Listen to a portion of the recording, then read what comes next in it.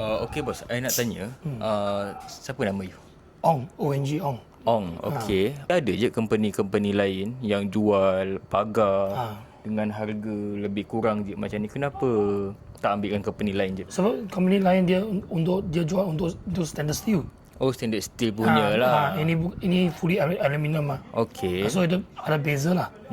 Dan saya compare lebih kurang satu pintu 16,000 dan ini dua kit untuk 11,000 saja. Kemudian warranty Army Grade, dia bagi berapa tahun? Dan Satu company bagi 2 tahun, kadang ada 3 tahun.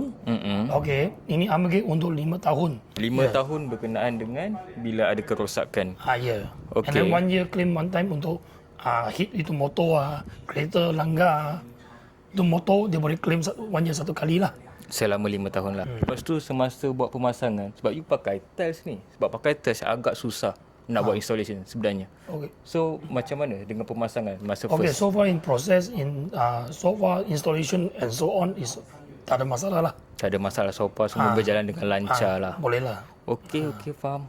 Alright, so itu saja bos. Bila ada masalah, you boleh je contact kita punya nombor customer service dekat sistem box sana dah standby kan. Okay. Nanti apa you boleh call. Alright, so itu saja. Thank you so much. Thank you. Alright.